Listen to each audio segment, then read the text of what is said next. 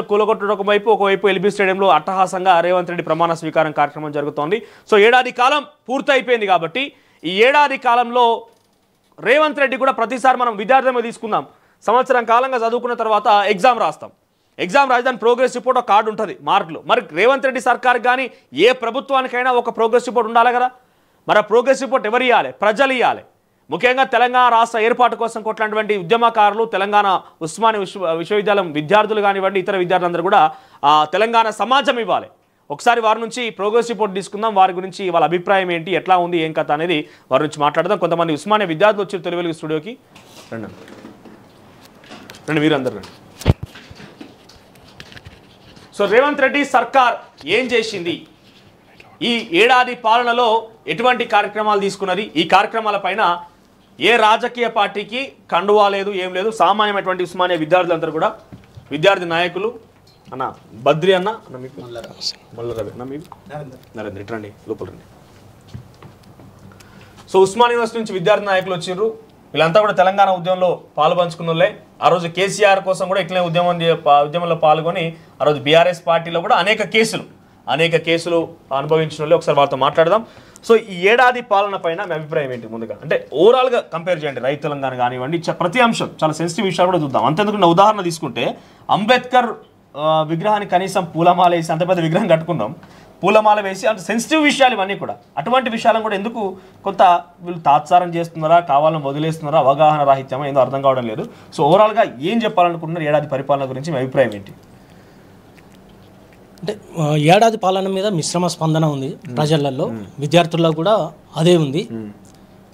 వాస్తవానికి గత ప్రభుత్వంతో పోల్చుకుంటే రేవంత్ రెడ్డి ప్రజాపాలన అనేటువంటిది కొంత మాట్లాడేటువంటి ఒక స్పేస్ అయితే ఇచ్చిండు అనుకుంటున్నాం. పైగా రిక్రూట్మెంట్ల విషయంలో కూడా ఒక క్లారిటీ తోటి వెళ్ళారు. గ్రూప్ 1 కావచ్చు, గ్రూప్ 2 కావచ్చు, ఇవన్నీ కూడా నోటిఫికేషన్లు ఓకే. రైతు రుణమాఫీ కూడా కొంతమేరకు మెజారిటీగా ఇవ్వడం జరిగింది. కానీ ఇంకా వాళ్ళు పెట్టుకున్న పరిపాలన పేరు ప్రజాపాలన అంటున్నారు కదా, ఇంకా డెమోక్రటిక్గా స్పేస్ ఇవ్వాల్సిన అవసరం ఉంది.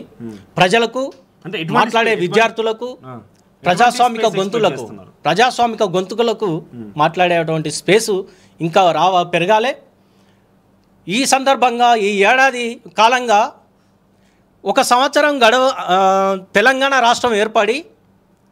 తెలంగాణ రాష్ట్రం ఏర్పడిన ఏడాదికే కేసీఆర్ ఎన్కౌంటరు తెలంగాణ విద్యార్థులకు ఒక బహుమతి ఇచ్చారు. శృతి వివేక్లో ఎన్కౌంటర్. కాంగ్రెస్ అధికారంలోకి వచ్చి ఏడాది గడిచింది, ఎన్కౌంటర్ జరిగింది. అది ములుగు జిల్లా మేడారం దగ్గర మీకు మొన్న జరిగినటువంటి సంఘటన. దీంతో ప్రభుత్వాలు ఏం చెప్పదలుచుకున్నాయి? ప్రజల కోసం పోరాడుతున్నటువంటి వాళ్ళ మీద ఇంత నిర్బంధము, ఇంత కక్షపూరితమైనటువంటి వైఖరి అవసరం లేదు కదా. అది ఏ ప్రభుత్వమైనా కావచ్చు. కానీ దీని ద్వారా గతంలో కేసీఆర్ చెప్పింది ఏంటిది, ఇప్పుడు రేవంత్ రెడ్డి చెప్పింది కూడా అదే సమాధానమా అనేటువంటిది ఇవాళ మన ముందున్నటువంటి హెచ్చరికలు అనుకోవాలి ప్రజలను కూడా. అంతే కదా, మాట్లాడితే నిర్బంధము, మాట్లాడితే అణిచివేత, మాట్లాడితే ఎన్కౌంటరా? తెలంగాణకు ఎప్పుడు ఎన్కౌంటర్లే బహుమత? ఇది మేము అడుగుతున్నటువంటి ప్రశ్న. అది కాదు, మీరు పిలవండి చర్చకి. ప్రజల తరపున వాళ్ళు ఏం కోరుకుంటున్నారు, ప్రజలు ఏం కోరుకుంటున్నారు, ఇవాళ ప్రజలు కోరుకున్నటువంటి పరిపాలన నిజంగానే మీరు అందిస్తున్నారా అనేటువంటిది ఇవాళ మనం చూడాల్సినటువంటి. అంటే సమాజం, తెలంగాణ ఉద్యమకారులుగా మీరు కానివ్వండి, తెలంగాణ సమాజం కానివ్వండి, రైతాంగం గురించి కానివ్వండి, నిరుద్యోగుల గురించి కానివ్వండి, సామాన్య జనం గురించి కానివ్వండి, ఈ ప్రశ్నించే విషయంలో అనేక రకాలుగా ఇబ్బందులు పడ్డ జర్నలిస్టులకు చాలా మంది ఉన్నారు. ఇంకా చాలా మంది అనేక విషయాలు ఉన్నాయి. దాంట్లో మార్పు కనిపించిందా ఈ సంవత్సరం కాలంగా? ఎక్కడ కూడా ఉద్యమకారులకు ఇచ్చినటువంటి హామీ మాత్రం నెరవేరలేదు. అది కాగితాలకే పరిమితమైంది. 6 గ్యారంటీల పథకం పెట్టారు. అందులో వన్ ఆఫ్ ద పాయింట్గా ఉద్యమకారులకు గుర్తిస్తాము, వాళ్ళకు ఇండ్లు ఇస్తాము, ఇంకేమో ఇస్తామని చెప్పేసి కొన్ని భ్రమలు అయితే పెట్టారు. కానీ ఒక్క అడుగు కూడా ఆ విషయం లోపల ముందుకు పడలేదు. అంతేకాదు, చాలా ఇష్యూస్లో కూడా మేము ఇంకా ప్రభుత్వం ప్రోగ్రెస్గా అడిగేయాల్సినటువంటి అవసరం ఉన్నది. సో ఉస్మానియా యూనివర్సిటీ మరి కన్ఫైన్గా మాట్లాడుకుంటే, ఉస్మానియా యూనివర్సిటీ ఏమైనా గతంలో ఇప్పుడు పోలిస్తే మార్పులు జరిగినాయి. గతంలో కంచెలు అయితే ఏర్పాటు చేసి సీసీ కెమెరాలు అవన్నీ బాగానే ఉంటుండే. సో ఇప్పుడు ఆ మార్పు అంటే అది విద్యార్థులకు సంబంధించినటువంటి ఆ ఫ్యాకల్టీ విషయంలో కానివ్వండి, విద్యార్థులకు సంబంధించి ఆ ఇన్ఫ్రాస్ట్రక్చర్ కానివ్వండి, ఏమైనా మార్పు జరిగిందా? మార్పు కంచెలు కనబడతలేవు కానీ ఇంకా వాళ్ళ బలగాలు అలాగే మోహరించి ఉన్నాయి.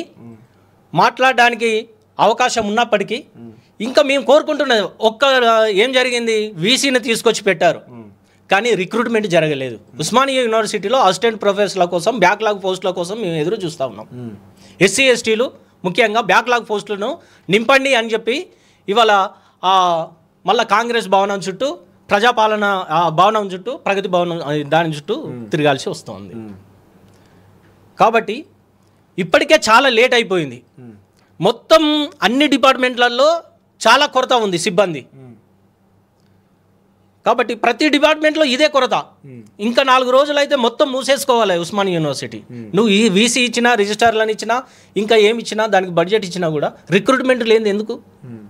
కాబట్టి immediately teaching, non teaching recruitment చేయాలి, అసిస్టెంట్ ప్రొఫెసర్లను భర్తీ చేయాలి ఉస్మానియా యూనివర్సిటీలో. మీరు మాట్లాడండి. సో ఎట్లా ఉంది తెలంగాణ సమాజం ఏం కోరుకుంటుంది? ఇక్కడ క్షేత్రస్థాయిలో అయితే గతంలో కూడా బీఆర్ఎస్ పార్టీ ఏమైనా అభివృద్ధి చేసిందని అంటే ఇక్కడిక్కడే హైదరాబాద్ బిల్డింగ్ కట్టుడు, ఐటీ హబ్